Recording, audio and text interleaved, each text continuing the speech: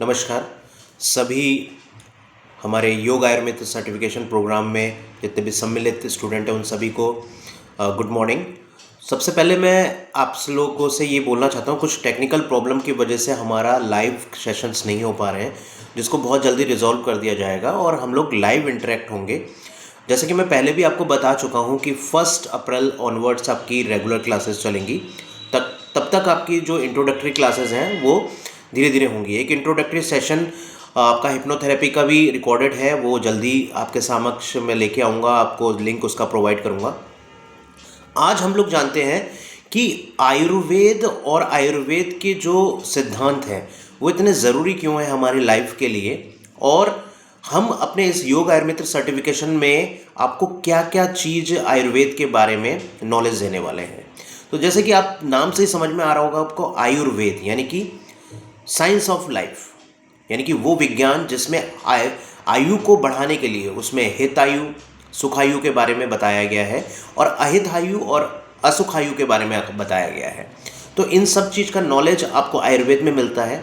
आयुर्वेद की जो 2 सबसे इम्पोर्टेंट प्रयोजन है कि इसको बनाया क्यों गया, तो उसका है आयुर्वेदस्य प्रयोजनम स्वस्थस्य स्वस्थ रक्षणम आतुरस्य विकार प्रशमनम चा, यानी कि स्वस्थ व्यक्ति के स्वास्थ्य की हमें रक्षा करनी है और आतुर यानी कि जो बीमार है उसकी रोगी की चिकित्सा हमें आयुर्वेद में बताई गई है। आयुर्वेद जो है वो शाश्वत है। जब इस सृष्टि की परिकल्पना हुई तभी से आयुर्वेद का निर्माण हमारे वेदों में लिखा हुआ है, हमारे पुराणों में उपनिषदों में इसका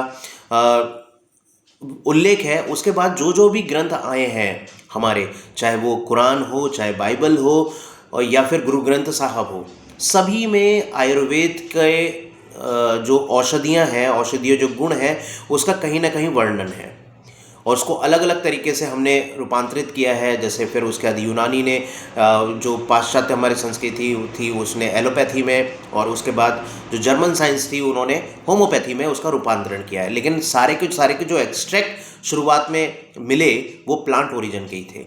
तो सबसे पहला जो प्रयोजन है हम उसके बारे में जानेंगे अपने कोर्स में कि कैसे हमारा मेन मोटिव है हेल्थ स्टेट को मेंटेन रखना, कि हम हेल्थ स्टेट को मेंटेन कैसे रखेंगे।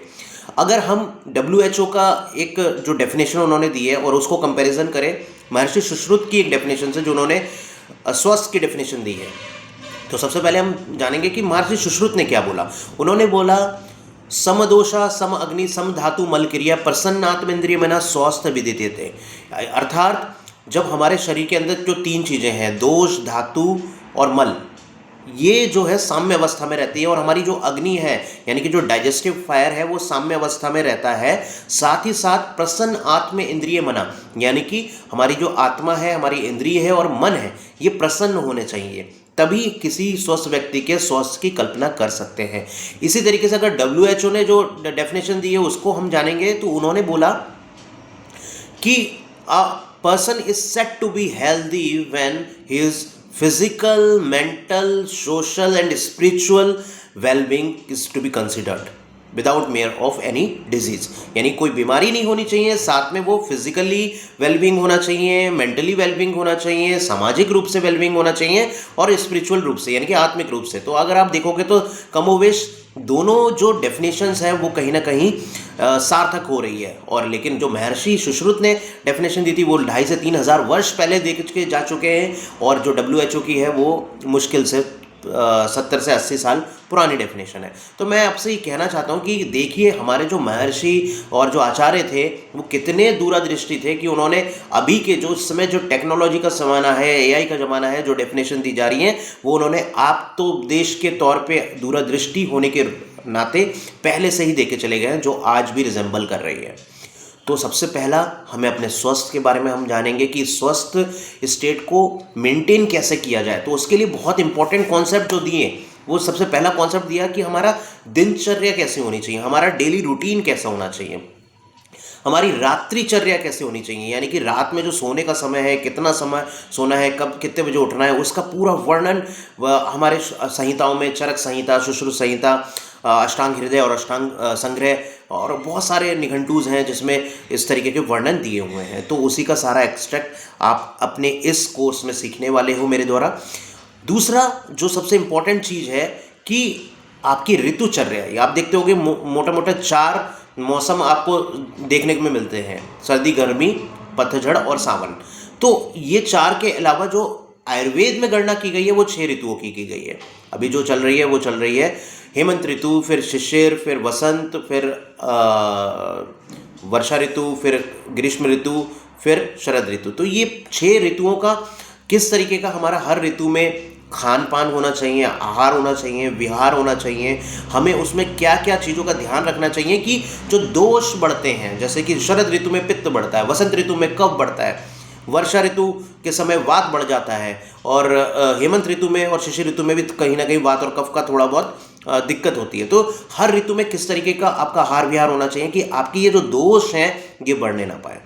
ठीक है, तो बहुत इंपॉर्टेंट होता है कि हम ऋतुचर्या के बारे में जानें। इसके बाद सद्व्रत। सद्व्रत का मतलब जो हमारा मन होता है, मन इंद्रियों के संग संयुक्त होता है और मन जो होता है आत्मा के संग संयुक्त होता है।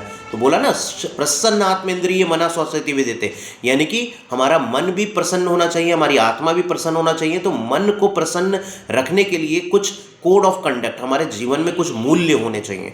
उन मूल्यों को समझना पड़ेगा कि हमारे जो विचार है, मन का काम क्या होता है, विचार उत्पन्न करना। तो विचार कैसे उत्पन्न होने चाहिए हमारे, उस पर हमारा कंट्रोल होना चाहिए, क्योंकि मन के ऊपर है बुद्धि।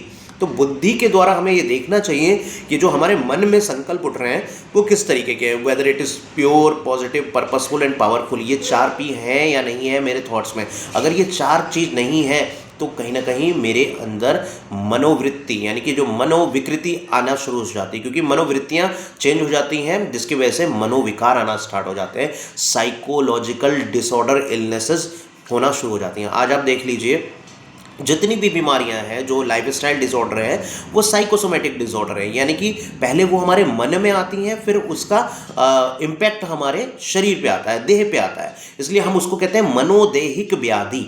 तो हमें अपने मन के ऊपर जितना कंट्रोल हमें अपने शरीर के ऊपर, कि हमें अपने शरीर को कैसा खाना पीना देना है, उससे ज़्यादा ध्यान हमें ये रखना चाहिए कि हमारे मन में जो हम आहार, संकल्प रूपी आहार दे रहे हैं, उसका कैसा संकल्प चल रहा है, वो हमारे इमोशंस, हमारे थॉट्स, हमारे एटीट्यूड, हमारी मेमोरी कैसे चल रही है। तो इन सब चीज़ों के बारे में आपको जानने को मिलेगा। स्वस्थ व्रत, यानी कि हमारे जो शरीर के लिए स्वस्थ रखने के लिए जो जो वृत्तियाँ चाहिए, हमें टेक्निक्स चाहिए, उन सब चीज़ को जानने को मिलेगा आपको। बेसिक नॉलेज ऑफ योगा तो आपको एक्स्ट्रा मिलेगा, थोड़ा नॉलेज आपको बेसिक यहाँ पे आयुर्वेद के जो क्लासेस चलेंगी उसमें भी मिलेगा। तो इस तरीके से अगर हम अपने आप को, अगर इन तीनों चीज़ों से, यानी कि दिनचर्या, रात्रिचर्या, ऋतुचर्या, साथ में सद्व्रत और स्वस्थ व्रत का पालन करें, तो हमारी स्वस्थ जो पहला प्रयोजन है उसकी परिकल्पना हो जाएगी और उसका उद्देश्य पूरा हो जाएगा। आतुरस्य विकार प्रशमनम चाहिए, यानी कि जो बीमारियां हैं अब उसको कैसे ठीक किया जाए, तो उसके लिए कुछ कॉन्सेप्ट समझने पड़ेंगे। हमें दोष के बारे में जानना पड़ेगा, वात पित्त कफ, हमें धातुओं के बारे में जानना पड़ेगा, रस, रक्त, मांस, मेद, अस्थि, मज्जा, शुक्र, हमें मल के बारे में जानना पड़ेगा कि जो हमारा विड, मूत्र और स्वेद होता है ये कैसे नॉर्मलाइज रहते हैं, नॉर्मल वे में कैसे रहते हैं। उसके लिए हमें, क्योंकि हमें जो दोष हैं वो ही को ही ध्यान में रखते हुए अपने धातुओं को और मल को साम्य अवस्था में रखना है। तो इसकी पूरी नॉलेज मिलेगी आपको, किस तरीके से आप आहार के द्वारा, विहार के द्वारा इस चीज़ को बैलेंस कर सकते हैं। क्योंकि कोई भी बीमारी जब होगी तो ये वात पित्त कफ के इम्बैलेंस से ही होगी, तो उसको बैलेंस करने का नेचुरल तरीका क्या है, विदाउट मेडिसिन, आहार के द्वारा। और एक बहुत इंपॉर्टेंट चीज़ आपको जानने को मिलेगा दोस्तों इसमें, कि किचन एज अ मेडिसिन, कि आपकी जो रसोई है उसके अंदर वो सारे मसाले हैं, सारे द्रव्य हैं जिससे आप अपने वात पित्त कफ को ईजिली नॉर्मलाइज कर सकते हो। सारा खेल दोस्तों धातु और जो दोष हैं उसको साम्य व्यवस्था में रखने का ही है। अगर हम इस टेक्निक को समझ जाएं और किचन को एज अ मेडिसिन यूज़ करें तो बहुत सारा हमारे दवाओं का जो खर्चा है वो बच सकता है, डॉक्टर्स का खर्चा, पैथोलॉजीज़ का खर्चा वो बच सकता है, अस्पतालों का खर्चा बच सकता है।